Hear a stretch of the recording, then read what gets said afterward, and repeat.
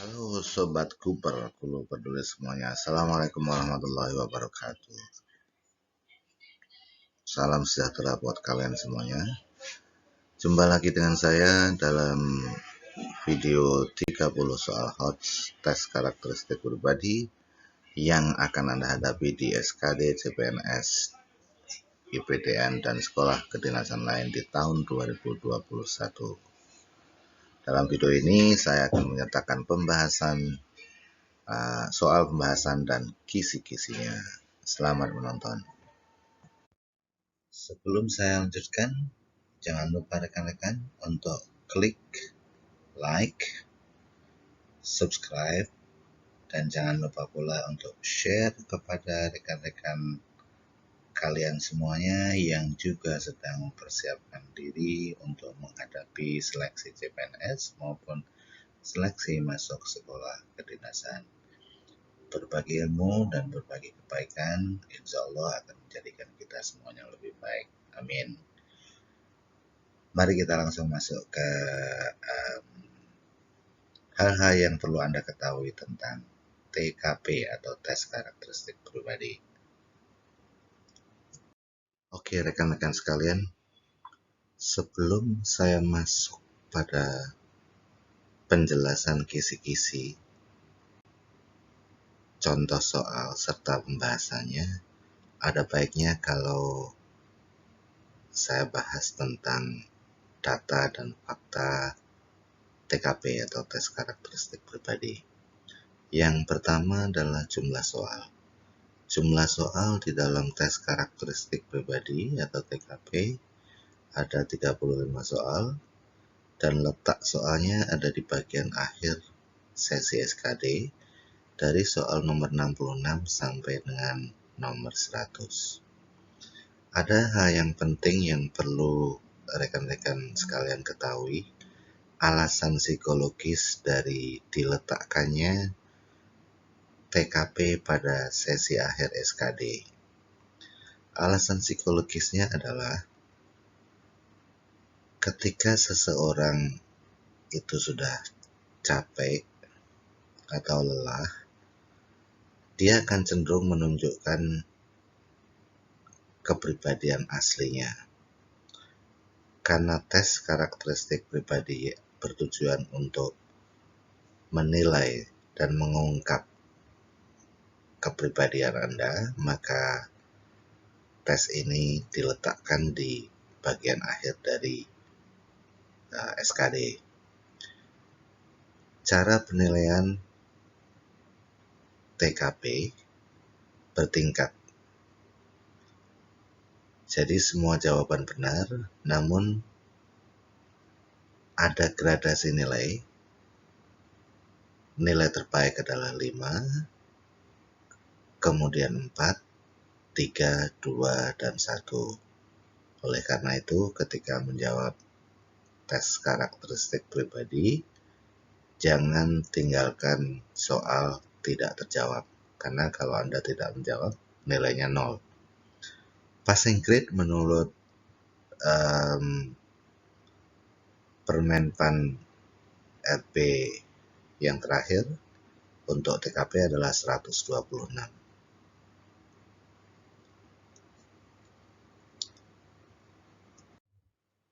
Untuk tip menjawab soal TKP, ini ada satu tip dari saya yang saya sesuaikan dengan tujuan dari TKP itu sendiri. Jadi tip dari saya, ketika Anda menjawab soal-soal tes karakteristik pribadi, pilihlah jawaban-jawaban yang menunjukkan bahwa Anda adalah seseorang yang memiliki kepribadian unggul sebagai penyelenggara pelayanan publik. Hal berikutnya yang kalian harus ketahui mengenai tes karakteristik pribadi adalah tujuannya. Dengan memahami tujuan dari TKP, Anda bisa menempatkan diri Anda pada posisi yang diinginkan dari tes TKP tersebut. Menurut Permenpan RP nomor 23 tahun 2019, tes karakteristik pribadi bertujuan untuk menjaring calon ASN yang memiliki kepribadian unggul sebagai penyelenggara pelayanan publik. Dari sini, saya sarankan untuk tip belajar, ya, mulai sekarang tanamkan dalam pikiran Anda bahwa Anda adalah seorang pribadi yang memiliki kepribadian unggul sebagai penyelenggara pelayanan publik. Dan ketika menjawab soal nanti, pilihlah jawaban-jawaban yang menunjukkan bahwa Anda adalah seseorang yang memiliki kepribadian unggul sebagai penyelenggara pelayanan publik. Dengan tip ini, insya Allah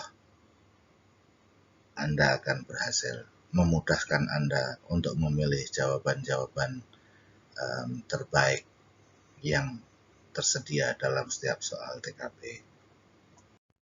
Baik rekan-rekan sekalian, mari kita langsung masuk ke pembahasan tentang kisi-kisi tes karakteristik pribadi atau TKP.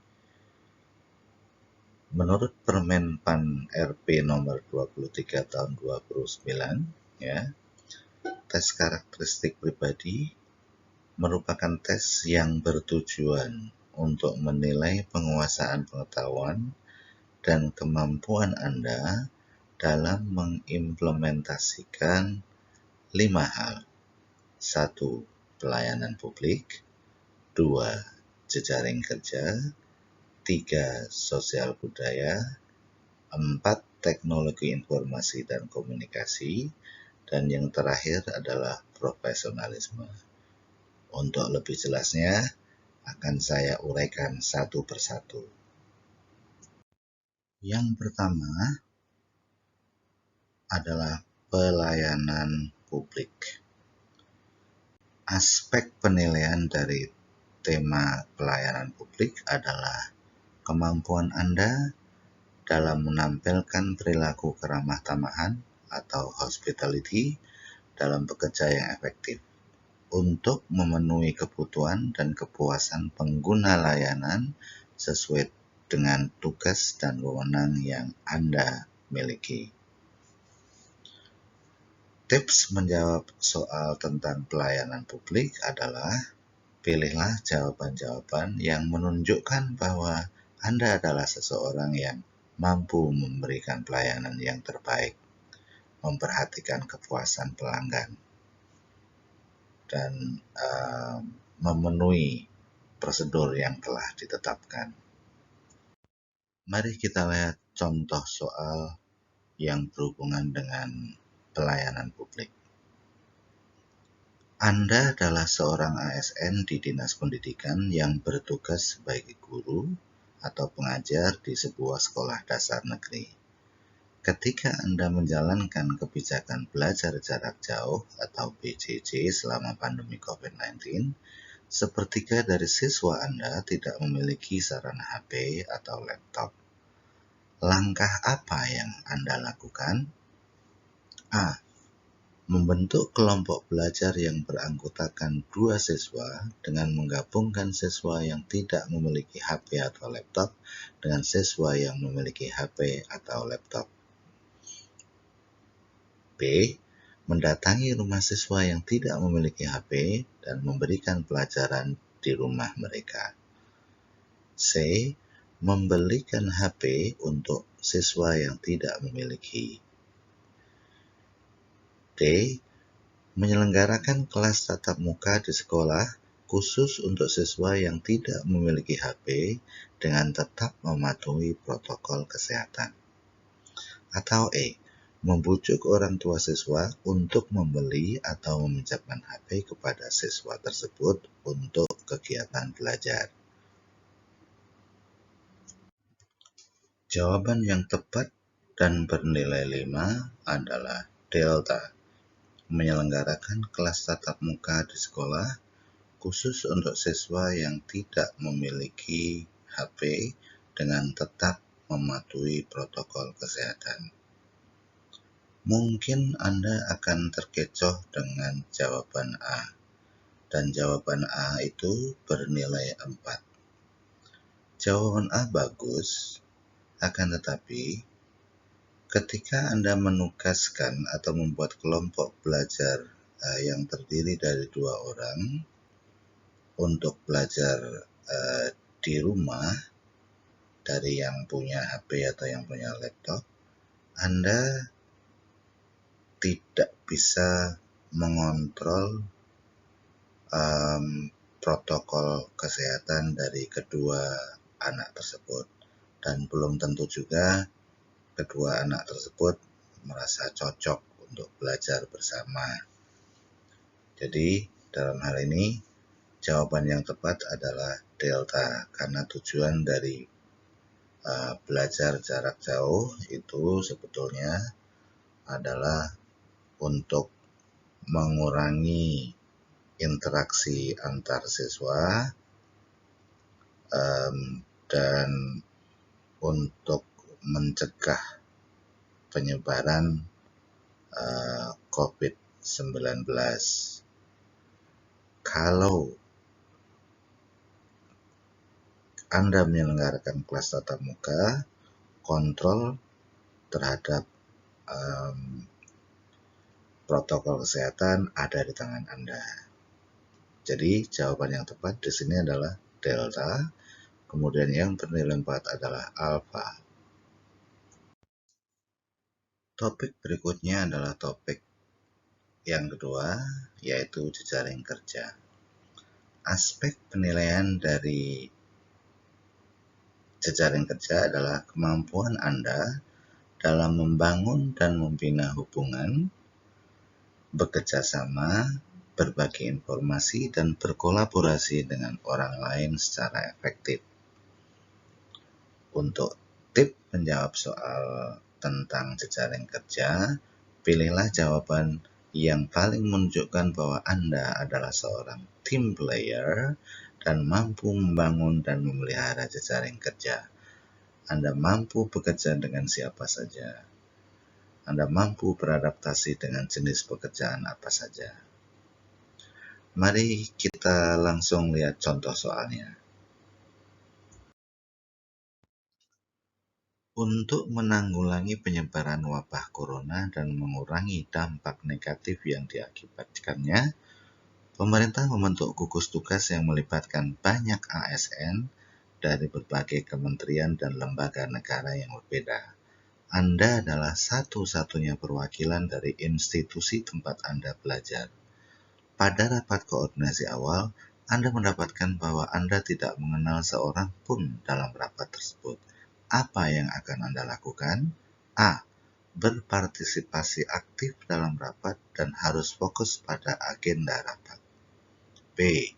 Aktif mendengarkan jalannya rapat agar dapat memahami tugas dan wewenang yang diberikan oleh gugus tugas kepada Anda dan institusi Anda dalam rangka mengatasi pandemi. C. Aktif dalam setiap agenda rapat termasuk mencoba mengenal lebih banyak orang pada saat coffee break. Delta. Fokus pada agenda rapat dan berusaha untuk menunjukkan institusi yang Anda wakili kepada peserta lain. Dan yang terakhir, E. Mencoba mengenal lebih banyak orang meskipun kadang-kadang harus mengobrol ketika rapat sedang berlangsung. Jawaban yang tepat adalah C. Aktif dalam setiap agenda rapat termasuk mencoba mengenal lebih banyak orang pada saat coffee break. Ingat, topik dari soal ini adalah tentang jejaring kerja. Jadi, pilihlah jawaban yang menunjukkan bahwasanya Anda adalah orang yang mampu membangun dan membina jejaring kerja atau rekanan kerja. Jawaban terbaik kedua atau jawaban yang bernilai 4 adalah E. Mencoba mengenal lebih banyak orang meskipun kadang-kadang harus mengobrol ketika rapat sedang berlangsung.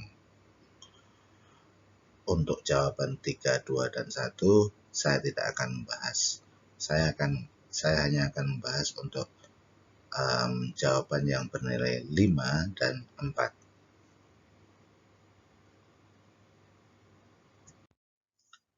Berikutnya adalah sosial budaya.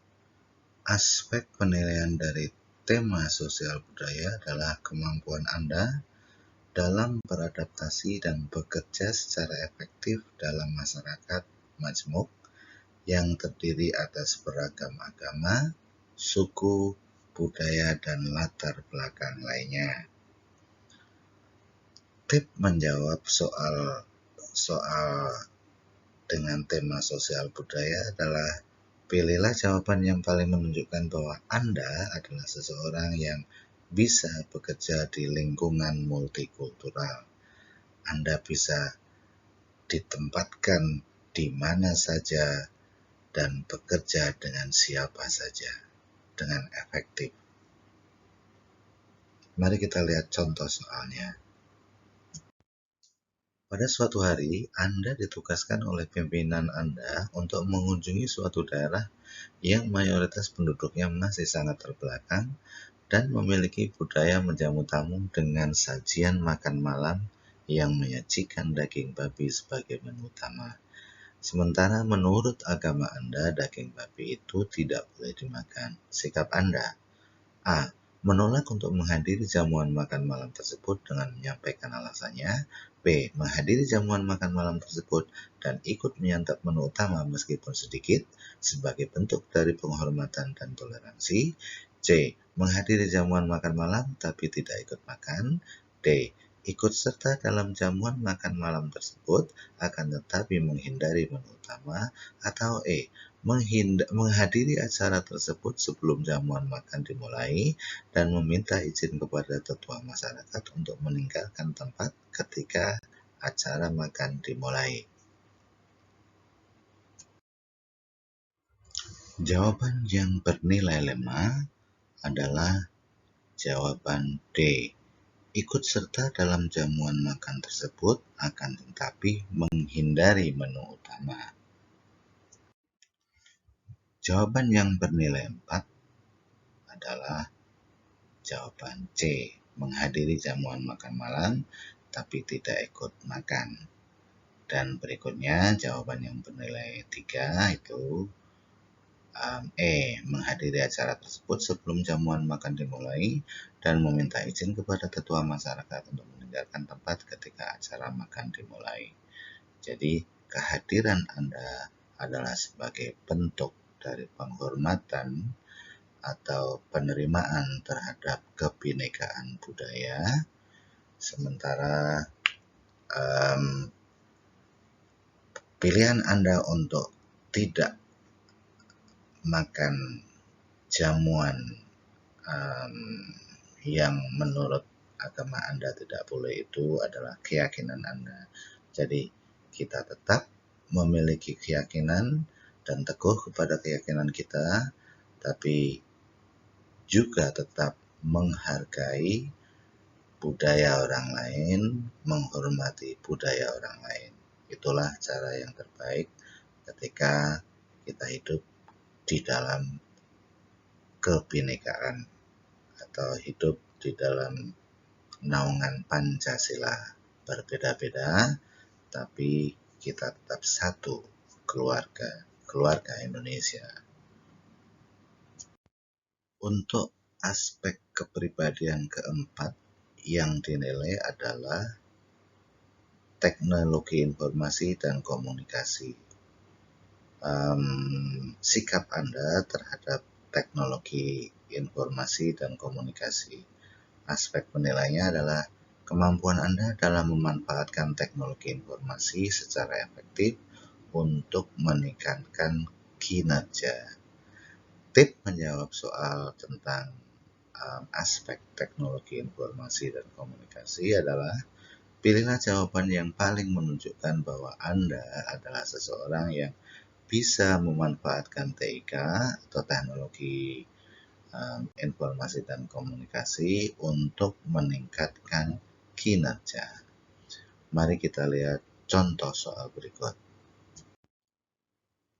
Teknologi informasi saat ini berkembang sangat pesat dan masif. Menurut pendapat Anda, perkembangan teknologi informasi dan komunikasi itu A. Lebih banyak membawa dampak negatif daripada dampak positifnya. B. Perkembangannya yang sangat cepat menjadikan pekerjaan saya yang sekarang lebih sulit dan rumit. C. Membawa dampak positif dan negatif. D. Menjadikan pekerjaan lebih praktis, mudah, efisien, dan efektif. Atau E. Menyebabkan lebih banyak orang kehilangan pekerjaan. Jawaban yang tepat adalah D. Menjadikan pekerjaan lebih praktis, mudah, efisien, dan efektif. Jawaban ini menunjukkan bahwasanya Anda adalah seseorang yang terbuka atau mampu beradaptasi dengan perkembangan TIK untuk peningkatan efektivitas dan efisiensi kerja Anda. Jadi kita harus mampu atau Anda harus mampu menunjukkan jawaban yang menunjukkan bahwasanya Anda punya sikap positif terhadap perkembangan teknologi. Kemudian jawaban yang bernilai 4 adalah Charlie, karena jawaban ini menunjukkan Anda netral. Ya, oke. Tema soal TKP yang kelima atau yang terakhir adalah profesionalisme. Aspek penilaian dari profesionalisme ini adalah pengetahuan dan kemampuan Anda dalam melaksanakan tugas dan fungsi sesuai dengan tuntutan jabatan. Untuk tips menjawab soal ini, pilihlah jawaban yang paling menunjukkan bahwa Anda adalah seseorang yang profesional, yang mampu bekerja dengan tuntas, yang mau dan mampu belajar berkelanjutan, yang mau dan mampu beradaptasi dengan pekerjaan dan lingkungan, serta yang mampu dan memiliki kemampuan untuk menjalankan tugas sesuai dengan tupoksinya. Mari kita lihat contoh soal berikut. Anda mendapat tawaran dari pimpinan untuk melanjutkan studi di provinsi lain atas biaya kantor.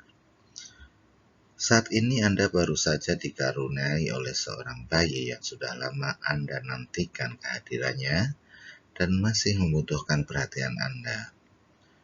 Keputusan Anda adalah A.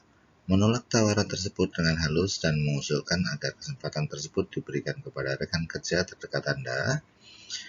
Atau B. Menerima tawaran tersebut dengan konsekuensi meninggalkan keluarga.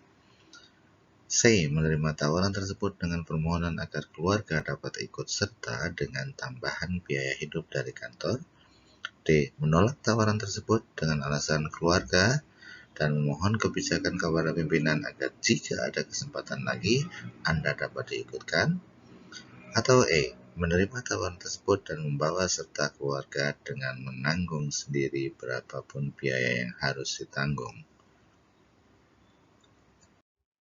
Jawaban yang tepat untuk soal ini adalah B. Menerima tawaran tersebut dengan konsekuensi meninggalkan keluarga. Dalam hal ini, ketika Anda menerima tawaran tersebut dengan konsekuensinya adalah meninggalkan keluarga, Anda menunjukkan bahwasanya Anda punya profesionalisme yang tinggi, artinya bisa membedakan mana um, uh, sesuatu yang berhubungan dengan kehidupan profesional Anda dan mana yang berhubungan dengan kehidupan personal Anda. Jadi jawaban yang tepat adalah B, mengutamakan mendahulukan profesionalisme Anda. Kemudian jawaban yang kedua yang bernilai 4 adalah E, menerima tawaran tersebut dan membawa serta keluarga dengan menanggung sendiri berapapun biaya yang harus ditanggung. Artinya ketika ada beban, ya itu menjadi beban Anda. Anda tidak membebankan beban keluarga Anda kepada institusi. Contoh soal kedua pada aspek profesionalisme. Hari Sabtu dan Minggu yang akan datang, Anda mendapat tugas dari pimpinan untuk menerima kunjungan tamu dari kantor pusat. Sementara, menurut perkiraan dokter yang menangani istri Anda yang sedang hamil 9 bulan, istri Anda akan melahirkan pada 2 hari tersebut. Sikap Anda dalam menanggapi tugas dari pimpinan Anda. Apakah Anda akan A. Sebagai suami siaga, Anda lebih memilih untuk mendampingi istri yang akan melahirkan? B. Mengusulkan kepada pimpinan agar menugaskan yang lain dengan menyampaikan alasan Anda dengan jujur dan terbuka? C. Menerima tugas tersebut dengan konsekuensi tidak mendampingi istri ketika melahirkan? D. Menerima tugas tersebut dengan lapang dada dan menjelaskan serta meminta izin kepada istri. E. Meminta teman dekat di kantor untuk menggantikan Anda menjalankan tugas tersebut. Jawaban yang tepat dan bernilai 5 untuk soal ini adalah C. Menerima tugas tersebut dengan konsekuensi tidak mendampingi istri ketika melahirkan. Artinya Anda mampu membedakan